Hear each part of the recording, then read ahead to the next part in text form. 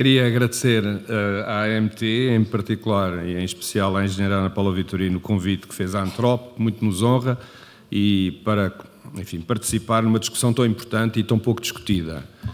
Cumprimento todas as entidades presentes. Eu não vamos perder tempo com o título, tenho 5 pontos. No fundo, a ideia é levantar algumas questões que preocupam os operadores de transportes em toda esta cadeia. São estes 5 pontos e que passarei a falar agora de seguida. Pronto, relativamente à equidade e solidariedade, eu penso que é evidente que nós estamos num Estado que tem de se preocupar com todos os cidadãos e, portanto, de duas uma, ou nós temos um país ou nós temos Lisboa e Porto e o resto é paisagem. E, portanto, quando se fala em outras regiões, o Estado tem de encontrar as melhores soluções com os agentes económicos e com aquilo que são os recursos locais e nacionais para encontrar um equilíbrio. E estamos a falar de inclusão. Portanto, nós não podemos só olhar para as grandes áreas metropolitanas, que são onde estão 80% da população, mas o que é facto é que existe população no resto do país e os exemplos que nós vemos é que quando nós trabalhamos bem localmente, há menos pessoas a sair ou até há pessoas a fixar-se nesses locais. E, portanto, tem de haver aqui solidariedade entre zonas mais ricas, zonas menos ricas e o Estado tem de ser o árbitro desta questão. O segundo tópico, que eu chamei subsidiação, tem a ver com uma questão óbvia, é que o transporte nas zonas deste tipo, de baixa densidade populacional, sai mais caro. E as pessoas, conforme há pouco também foi aqui referido, têm menos rendimentos médios. E, portanto, tem de ser encontrada aqui uma solução para equilibrar esta balança desequilibrada. Os operadores de transporte têm custos operacionais mais elevados porque não conseguem rentabilizar tão bem os meios disponíveis. Temos um exemplo típico na área dos transportes em que o motorista conduz 2, 3 horas por dia e ganha horas extraordinárias, porque isto tem a ver com a amplitude do seu horário versus o trabalho que ele tem que fazer, e isso acontece em todas estas regiões, e, de facto, as pessoas não podem pagar o custo real do transporte. Portanto, há que encarar isto de frente. O Sr. Secretário de Estado da Mobilidade Urbana referiu alguns aspectos importantes relativos ao financiamento. Temos de perceber melhor, temos de trabalhar melhor esta questão do financiamento, que é um tema complexo, mas, enfim, temos de perceber que em todas estas regiões tem de haver aqui um olhar diferente e não haver só uma compensação para aquilo que são as áreas que têm mais mobilidade e mais pessoas a serem movimentadas. O terceiro ponto, oferta. E este é um tema talvez mais complexo, isto é, que oferta é que nós temos de dar nessas áreas? Se nós formos atrás daquilo que é a procura, vamos sempre reduzindo a oferta. E o que chega a uma altura em que não temos oferta. E o professor Álvaro Costa há pouco referiu um aspecto que me pareceu muito importante, que é, independentemente das soluções locais específicas para cada região, é importante haver uma rede estruturada, uma base, para que as pessoas possam saber que de facto têm transporte. Naturalmente que a taxa de ocupação desses meios será menor, há várias soluções possíveis. Agora, eu não acredito em soluções exclusivamente de transporte a pedido ou transporte flexível. Tem de haver uma rede que estruture e as pessoas, já foram dados exemplos aqui em intervenções anteriores, as pessoas precisam disso, tanto nos grandes centros como nos pequenos centros. E, portanto, há que encontrar também aqui uma solução para haver sempre uma rede estruturada, que pode ser fundada no transporte escolar ou não, naturalmente, depois temos de olhar para cada realidade. O quarto ponto relaciona-se com o último que eu vou referir e que tem a ver com a concorrência. depois de ouvir várias pessoas, eu era capaz de mudar isto para desorganização e não propriamente concorrência, que a minha preocupação é exatamente a falta de organização.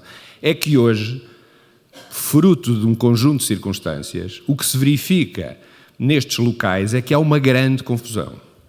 E hoje já se aqui referiu vários aspectos relacionados com os serviços. O transporte hoje é garantido pela carrinha dos CTTs, cada vez menos, já percebi, mas pelos bombeiros, pelo transporte não urgente de doentes, de carrinhas da junta de freguesia, do clube desportivo do local e, portanto, isto também não ajuda a resolver, também não ajuda a organizar o transporte. Portanto, eu acho que nós temos de ter aqui alguma preocupação de enquadrar todas estas questões. Naturalmente que o que se passa é que, na ausência de resposta, as autarquias vão encontrando soluções e os agentes económicos e sociais vão encontrando soluções, mas isso não ajuda a resolver o problema.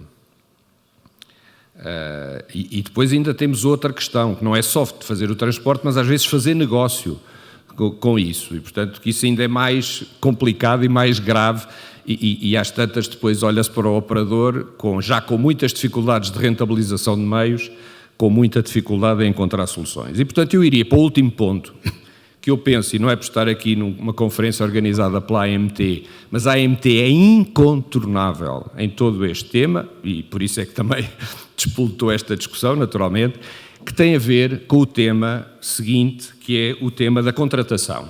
É incontornável no ponto de vista, no seu papel de regulador, naturalmente. E porquê é que eu digo isto? Eu acho que a solução vai desaguar toda aqui, isto é, o que nós temos de encontrar são soluções específicas de contratualização. Há pouco o Sr. Secretário Executivo da CIM, das Beiras e da Serra da Estrela, referia-se a alguns problemas que tem relativamente ao relacionamento com os operadores, que estão muito localizados em regiões. Apesar de ter 7 operadores, disse-me que tinha falta de concorrência, o que me pareceu interessante, eu percebi a ideia, mas quem define a mobilidade dos territórios são as CIMs, não são os operadores. Esse conceito que o operador é de Fornos de Algodres, ou de Arganil, ou de Portimão, acabou. Os operadores hoje são operadores de mobilidade, ponto. E, a partir daí, tudo está em aberto. Naturalmente que haverá regiões em que têm mais dificuldade em encontrar soluções para a sua mobilidade. Naturalmente que há. Mas, neste momento, os operadores estão no fim da cadeia, tal como eu hoje aqui ser o último a intervir. Estão mesmo no fim da cadeia, não retira a importância que ele tem, todos têm a sua importância, mas está no fim da cadeia, isto é, o operador executa o transporte, executa aquilo que está determinado pelas autoridades de transporte. Ponto final. Isto é, antigamente é que havia essa ligação regional ou geográfica dos operadores a determinadas regiões, já não existe. E, portanto, o que tem de se encontrar é uma matriz de risco adequada e perceber se faz sentido pôr o risco de procura, por exemplo, todo no operador, se isso faz sentido em territórios em que nós estamos a ver diminuição da população. Faz sentido dizer, bom, isso, o problema é seu, o problema é do operador se não tem receitas. Até numa altura em que há uma grande intervenção social nas tarifas. Portanto, talvez faça mais sentido, até para dar maior liberdade às políticas públicas, políticas sociais, de dizer, bem, o risco de procura e a receita é um problema da autoridade de transporte. E o operador de transporte terá de cumprir as exigências contratuais e assumir os custos. Eu penso que este modelo é bastante mais interessante e justo do que estar sistematicamente a colocar o operador de transporte num lugar onde ele já não está e com capacidade de resposta que ele já não tem. Ainda para mais, ainda ouvimos há dias ser anunciado na proposta de lei do Orçamento de Estado que vai novamente haver congelamento de tarifas para 2024, com o alargamento tarifário social para jovens, etc., portanto, para estudantes. Portanto, o que se passa aqui é que cada vez menos os operadores de transporte têm capacidade de intervir nessa área, e bem, não devem ser os operadores a fazer política social.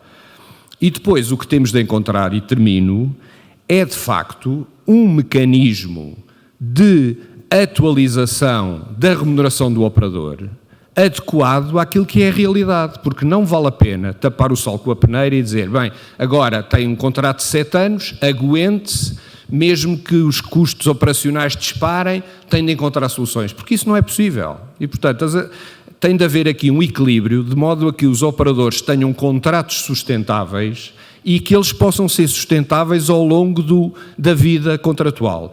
E, portanto, aquilo que eu queria dizer para terminar é que os operadores de transporte são parceiros das SIMs, em alguns casos há melhores, noutras há piores relações, mas isso faz parte da nossa vida. O que é importante é as autoridades de transporte assumirem as suas responsabilidades e contarem com os operadores de transporte como parceiros na resposta que em cada região for sendo encontrada, mas com um ponto fundamental.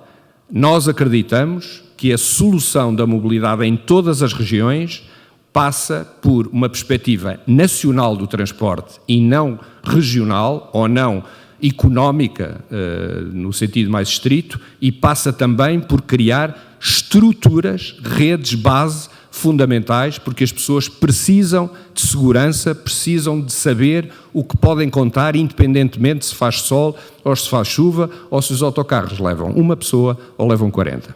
Obrigado.